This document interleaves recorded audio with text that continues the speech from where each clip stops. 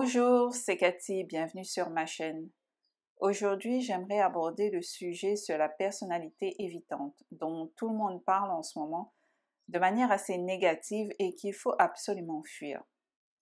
J'aimerais parler de ce personnage que je connais très bien puisque j'ai ce genre de comportement évitant et j'aimerais que les gens comprennent un peu plus ce type de personnage qui n'est pas simple à vivre et qui est souvent incompris. Mais d'abord, je tiens à dire à ceux qui ont ce genre de dysfonctionnement qu'on peut se libérer de ces schémas dysfonctionnels quand on prend conscience de ces mécanismes de protection. Ce n'est en aucun cas une fatalité. Ici, je fais part de mon expérience et de ma façon de percevoir les choses. Vous pouvez ne pas être d'accord, mais libre à vous. Ici, j'aimerais juste partager mes ressentis et mon expérience sans aucun jugement. Pourquoi j'ai choisi la photo de mercredi pour représenter la personnalité évitante? Parce que pour moi, elle reflète tout ce qui touche à l'évitement. Elle m'a accompagnée durant mon enfance et à travers elle, je me comprenais. Vous savez, nous ne sommes pas en fait des gens à fuir. Nous n'avons pas de maladie. Nous, les personnalités évitantes, nous nous mettons juste une carapace de protection. Et cette carapace, ce faux self, il a été créé pour nous protéger de la dure réalité et de la souffrance de la vie. Les personnalités évitantes sont des personnes dotées d'une haute hypersensibilité. Elles sont dans la plupart des cas des HP qui s'ignorent. Pour ma part, cette carapace a été mise en place suite à un choc émotionnel, un traumatisme, qui m'a fait ressentir ne pas être en sécurité dans la matière. Alors, je me refermais sur moi-même pour ne pas souffrir du monde extérieur qui me faisait peur. Et oui, les personnalités évitantes ont peur et n'ont pas du tout confiance aux autres et au monde extérieur qui leur ont prouvé en fait à maintes reprises qu'ils n'ont pas le droit d'exister. Mercredi paraît froide et sans cœur à l'image que les gens se font des personnalités évitantes. On nous caricature de froid, distant, indifférent, sans cœur, alors que c'est juste que l'on s'est dissocié en fait de nous-mêmes pour ne plus ressentir la douleur face à l'extérieur. Pour essayer de survivre un minimum dans un monde qui nous a en fait toujours blessés au plus profond de notre chair et cela depuis tout petit.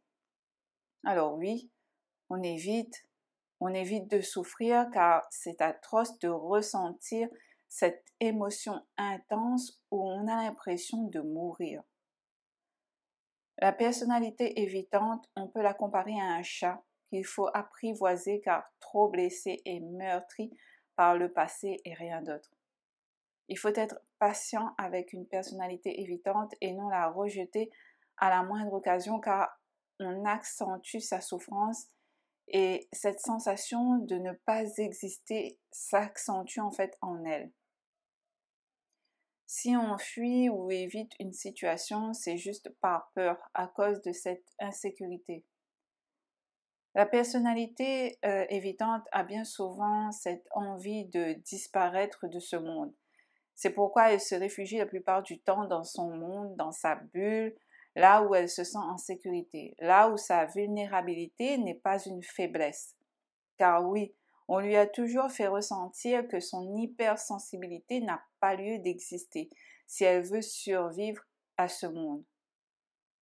Vous pouvez ne pas aimer ce genre de personne, mais sachez qu'une personnalité évitante, elle ne supporte pas l'injustice et que si vous êtes en fait ami avec elle, que en fait vous avez pu avoir en fait sa confiance, elle sera toujours là à vous défendre et vous protéger car elle est loyale en fait avec ceux qui ont pu arriver à toucher son cœur au-delà de sa carapace. Mais sachez aussi que si cette confiance venait à se perdre, il n'y a pas possibilité de retour en arrière. La personnalité évitante se méfie de tout, mais elle est très empathique et elle arrive en fait à déceler les bonnes des mauvaises intentions. depuis toujours, elle a pu se fier à son intuition. C'est une personne qui arrive à capter l'énergie de l'autre, de décoder le langage corporel des autres. Elle sait d'emblée quand une personne fait semblant et n'est pas authentique. Pour la personnalité évitante, elle n'a pas le droit d'exister ou d'être aimée. Ce sont ses croyances limitantes, car depuis toute petite, elle n'a jamais ressenti qu'elle était aimée et reconnue pour ce qu'elle était. Elle a toujours été ce personnage à part différent, qu'on caricaturait la plupart du temps du vilain petit canard, du mouton noir de la famille. Elle ne sait ce que c'est en fait que d'être aimée vraiment. Elle a toujours été cette personne bizarre, un peu folle, qu'il fallait laisser dans son coin, auquel on avait souvent peur d'approcher car on ne la comprenait pas. Mais savez-vous que cette image l'a toujours meurtrie? Elle est cette personne qu'on n'a absolument pas envie de faire amie-amie, celle un peu glauque qui dit toujours ce qu'elle pense sans faux semblant, qui ne se mélangeait pas, qui ne suivait jamais une bande et qui restait toujours dans son coin à faire ses petites affaires à part et en solitaire. Oui, j'avoue, c'est difficile de nous approcher et nos blessures et traumatismes n'excusent pas tout. Mais quand on n'est pas conscient de ces mécanismes, on agit sans vraiment se rendre compte qu'on fuit et évite. La peur panique prend le dessus sur la raison et on disparaît pour se protéger ou parce qu'il y a un trop-plein d'émotions qu'il faudra qu'on gère et canalise dans la solitude. Oui, en étant seul, on souffre, on se remet en question, on culpabilise, on se rejette, on a envie de disparaître. On se pose tout un tas de questions existentielles et on cherche des réponses au pourquoi du comment.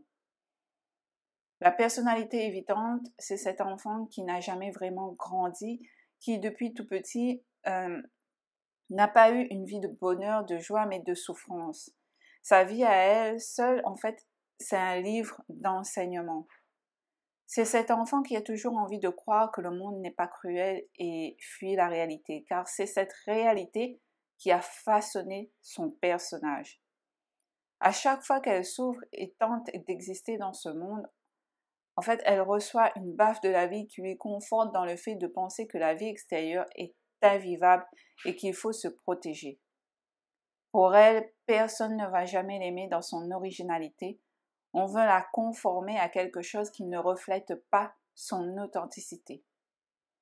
Elle a toujours été cette débrouillarde très psychique qui observe depuis petit en fait le comportement humain. Il faut beaucoup d'amour pour nous aimer et beaucoup de patience pour nous permettre de nous ouvrir et nous épanouir, telle une chenille qui devient papillon. La personnalité évitante, c'est une artiste qui s'exprime à travers l'art et les métaphores pour s'exprimer. La personnalité évitante ne sait pas ce que c'est que d'être aimé et se sentir en sécurité sans avoir peur de ressentir de la souffrance, qu'elle soit physique ou psychologique. Et quand elle en reçoit en fait cet amour, eh bien ça l'effraie, car elle pense qu'on va la rejeter tôt ou tard, ou si elle montre sa véritable personnalité, eh bien on va la rejeter en fait. C'est pourquoi beaucoup de personnalités évitantes auto-sabotent les relations. Il faut une sacrée dose d'amour et de persévérance pour prouver à la personnalité évitante le contraire. Je sais, ce n'est pas une mince affaire, mais vous qui côtoyez ce genre de personnes, sachez que vos efforts en vaut la peine, car ce sont des personnes attachantes, remplies d'amour à donner, mais qui n'ont eux-mêmes jamais reçu. Et si vous êtes vous-même une personnalité évitante, ne faites pas comme les autres, ne vous rejetez pas et acceptez votre différence. Et petite astuce en fait pour faire face à ce mécanisme, soyez conscient de vous-même en étant à chaque instant dans le moment présent et essayez le plus possible de ne pas fuir en essayant d'affronter la réalité petit à petit. Ne vous en voulez pas d'être comme ça, c'est votre parcours de vie qui vous a forcé à vous protéger. Je ne sais pas si cet audio vous parlera, mais ça me tenait à cœur de le faire car on est souvent incompris et faussement jugé. Il faut apprendre à connaître une personne dans sa profondeur d'âme et il faut être doté d'un amour inconditionnel en soi pour pouvoir aimer une personne meurtrie et différente. Voilà pour cet audio, je vous dis à très bientôt.